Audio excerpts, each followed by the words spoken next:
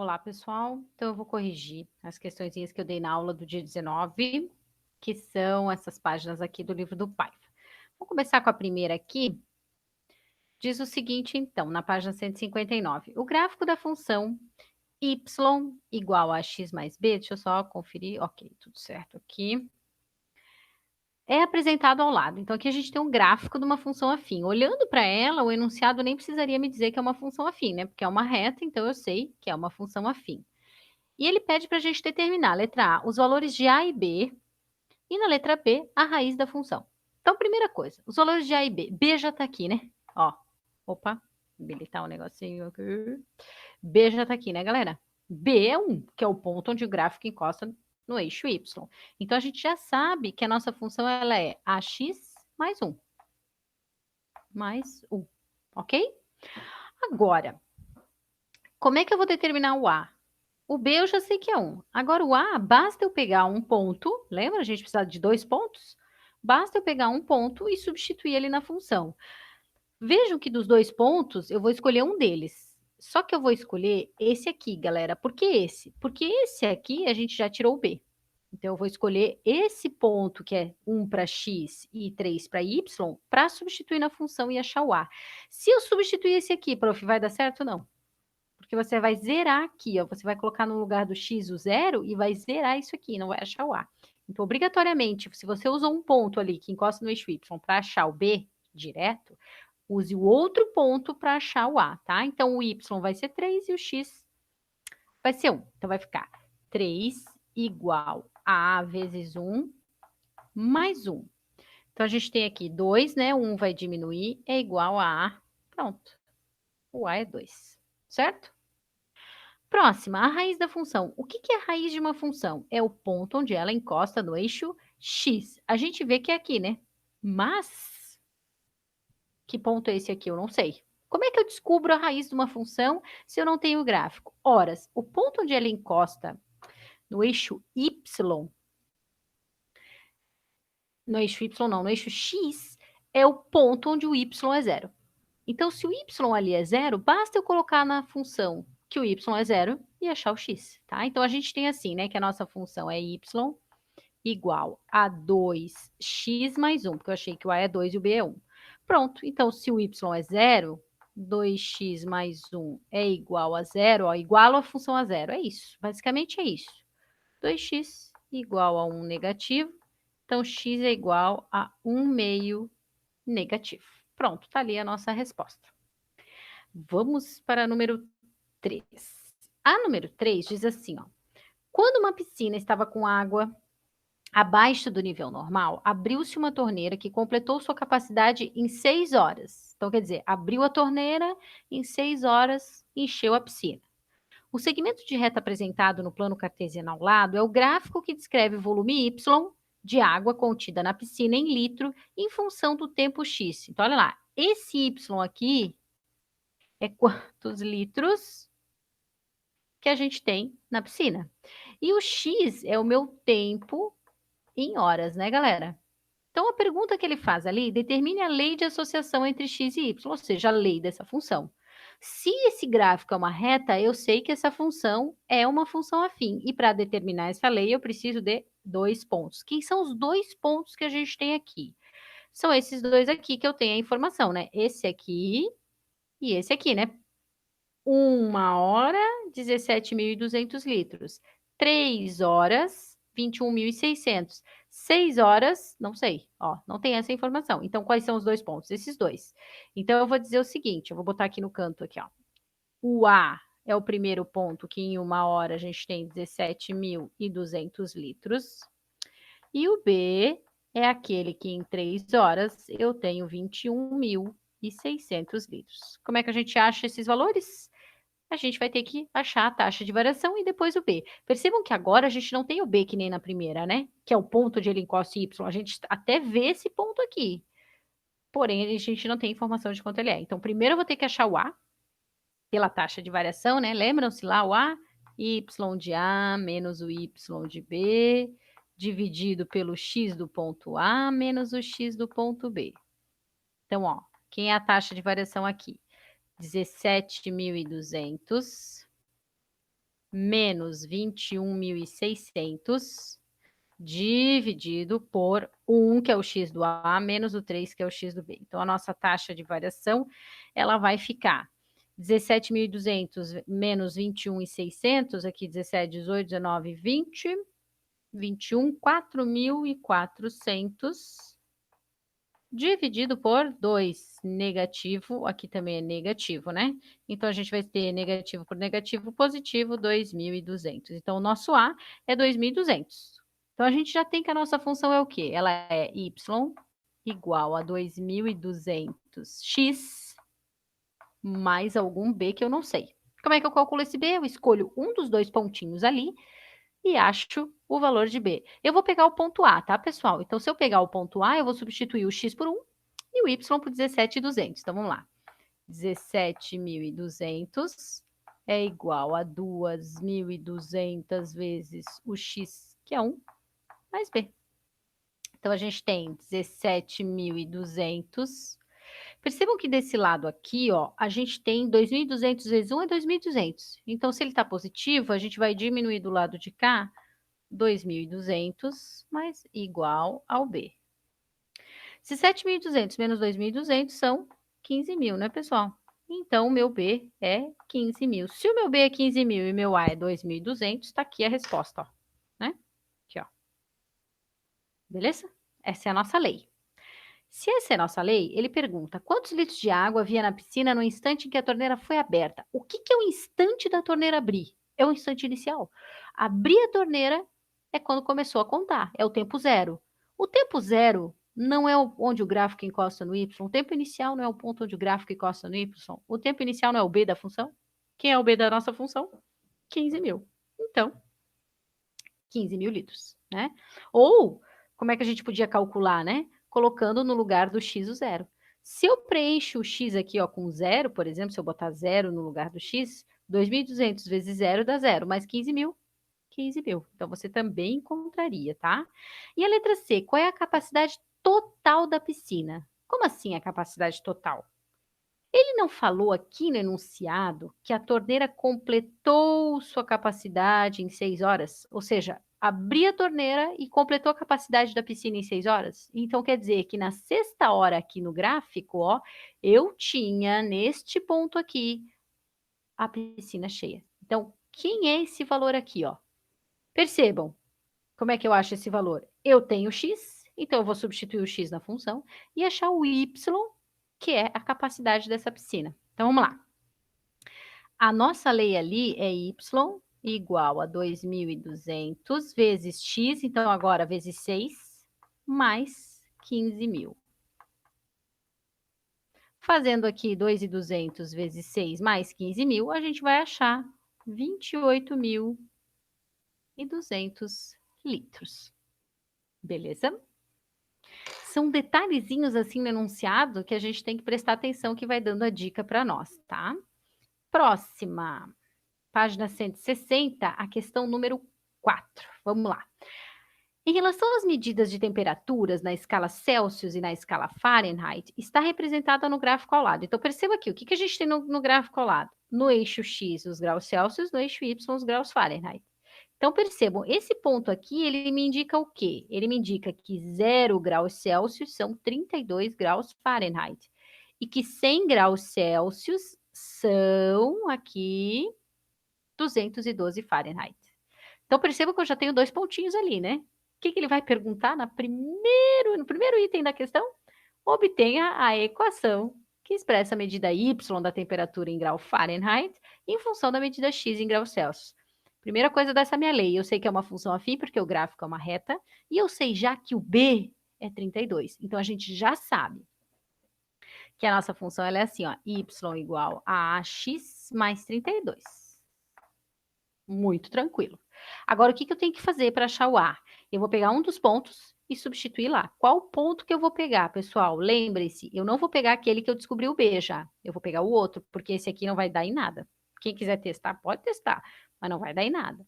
Então, eu vou pegar aqui, ó, 100 para x e 212 para y. Então, vamos lá. 212 igual a vezes 100 mais 32.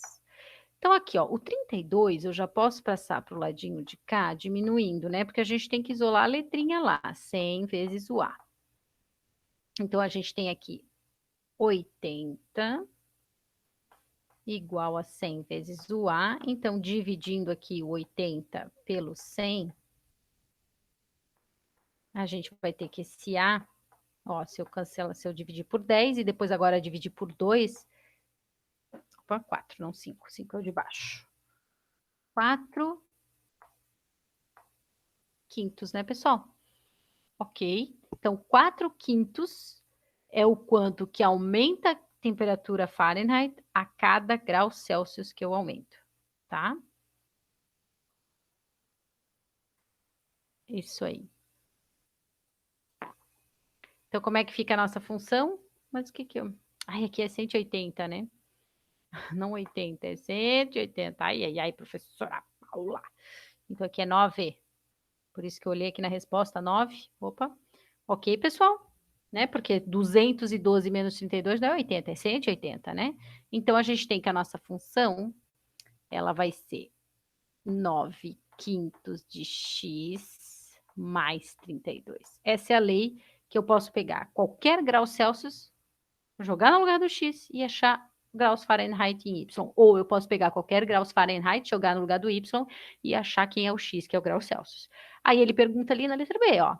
Determine a medida da temperatura em graus Celsius que corresponde a 4 graus Fahrenheit negativo.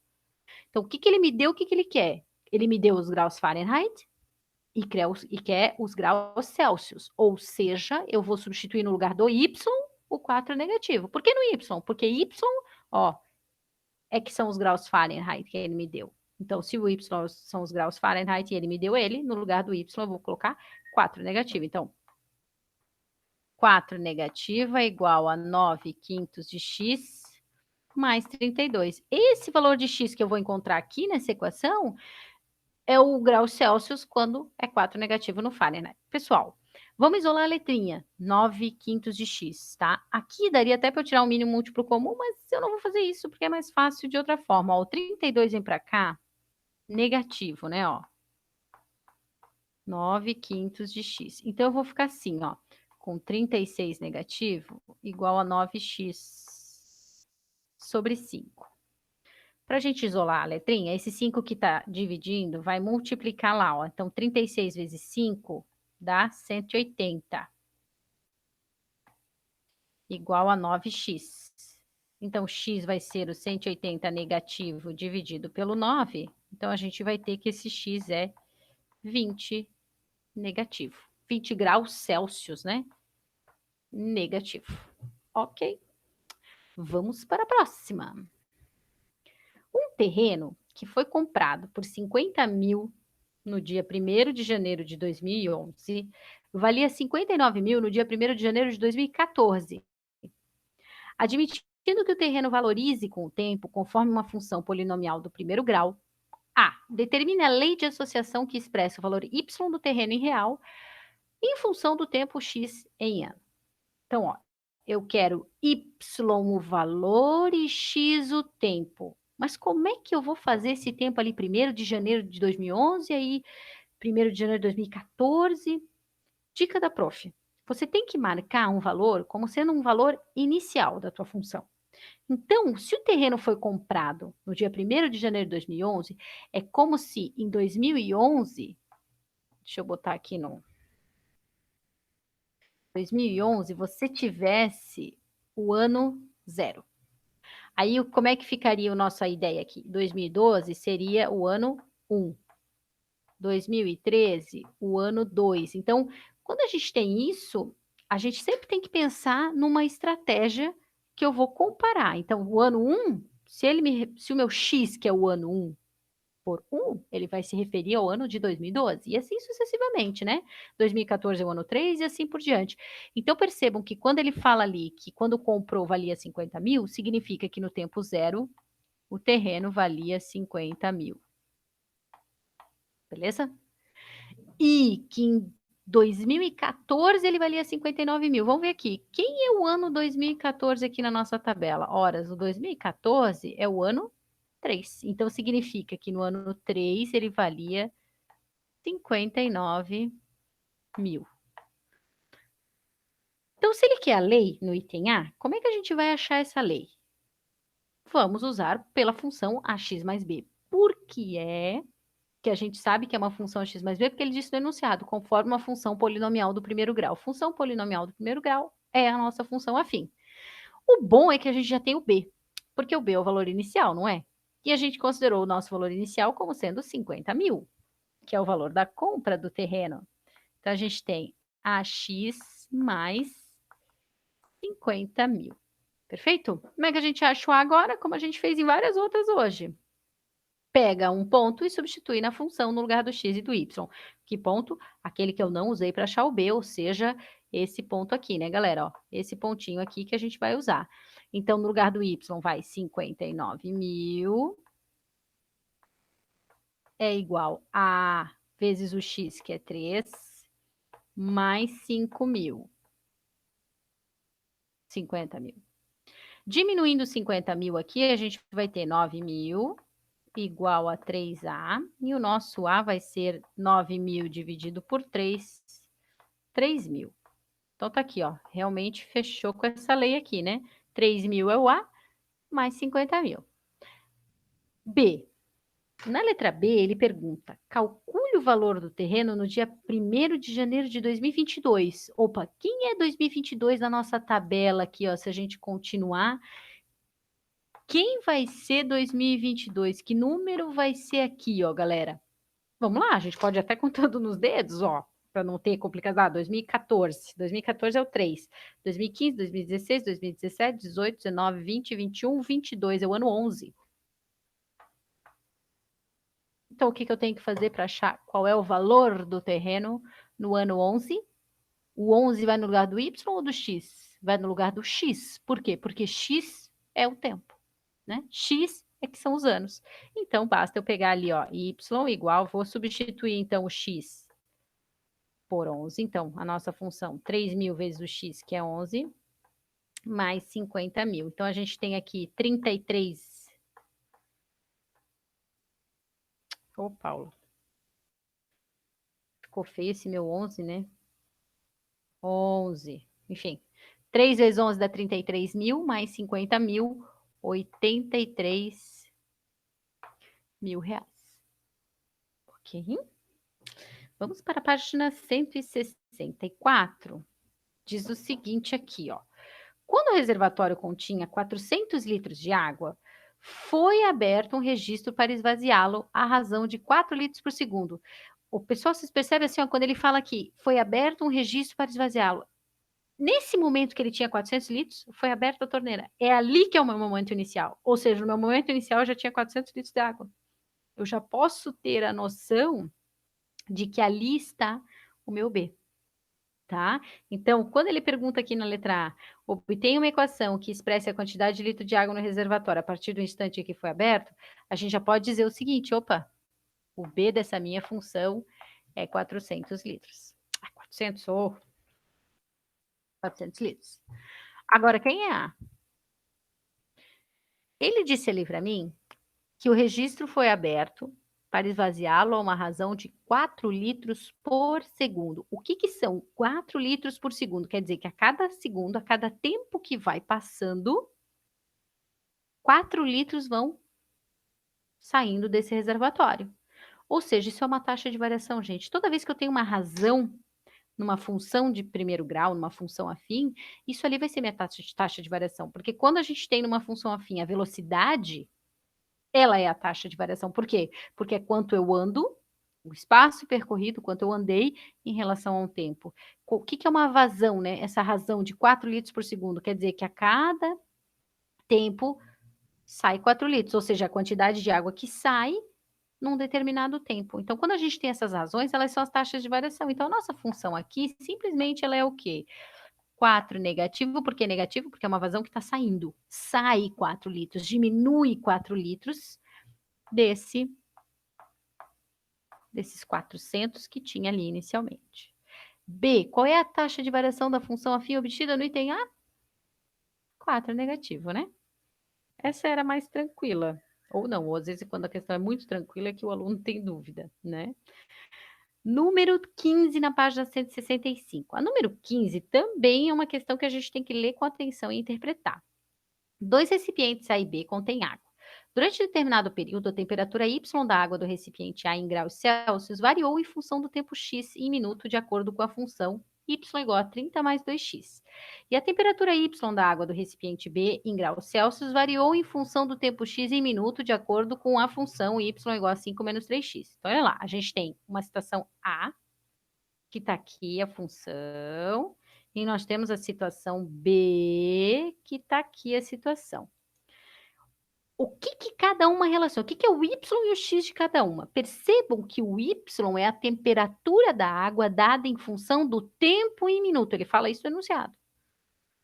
Então, quando eu digo aqui, ó, Y é a temperatura calculada no recipiente A é igual a 30 mais 2 vezes o tempo em minuto. Aqui no Y do recipiente B, o que é? É a temperatura desse recipiente, é calculada como 5 menos 3 vezes o tempo. Se a gente olhar para as duas funções, uma tem taxa positiva, que é a da primeira, e a outra tem taxa negativa. A taxa positiva me indica que a função cresce.